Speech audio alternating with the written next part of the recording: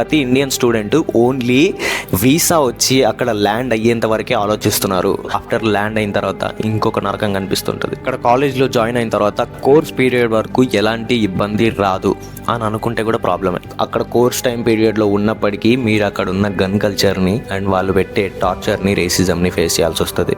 అలా ఎలాగోలా ఇబ్బంది పడుతూ అక్కడ ఒక పార్ట్ టైం జాబ్ సంపాదించుకొని 2 yearsని కంప్లీట్ చేసేసిన తర్వాత ఇప్పుడు ఓపీటీ పీరియడ్ ఉంటుంది. ఈ పీరియడ్లో ఒక స్టూడెంట్స్ చూసేంత నరకము ఎలా ఉంటుందంటే చాలా దారుణంగా ఉంటుంది.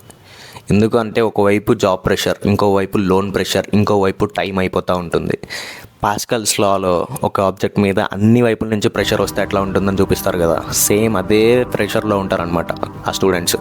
దీనివల్ల వాళ్ళ హెల్త్, రిలేషన్షిప్స్ కానీ రూయిన్ అయిపోతాయి. అక్కడ ఉన్న కల్చర్కి అడాప్ట్ అయిపోవడం కానీ, డిప్రెషన్ వల్ల డ్రగ్స్కి అడిక్ట్ అవ్వడం కానీ, ఫ్యామిలీకి దూరంగా ఉండడం వల్ల లోన్లీనెస్ కానీ, చుట్టుపక్కల ఉన్న వాళ్ళకి జాబ్స్ వస్తూ ఉంటే ఆ పీర్ ప్రెషర్, అసలు మనకు జాబ్ వస్తుందా రాదా అన్న టెన్షన్, ఒకవేళ రాకపోతే నేను 50 లక్షల లోన్ని ఎట్లా కట్టేది అనొక బాధ మనిషిని ఒకానొక డార్క్నెస్లోకి తీసుకెళ్ళిపోతుంది. ఇంత తట్టుకొని ఇంత పేషెన్స్గా ఉన్నది ఓన్లీ వన్ అండ్ ఓన్లీ ఒక గోల్ కోసమే, అదే యుఎస్ డ్రీమ్ జాబ్.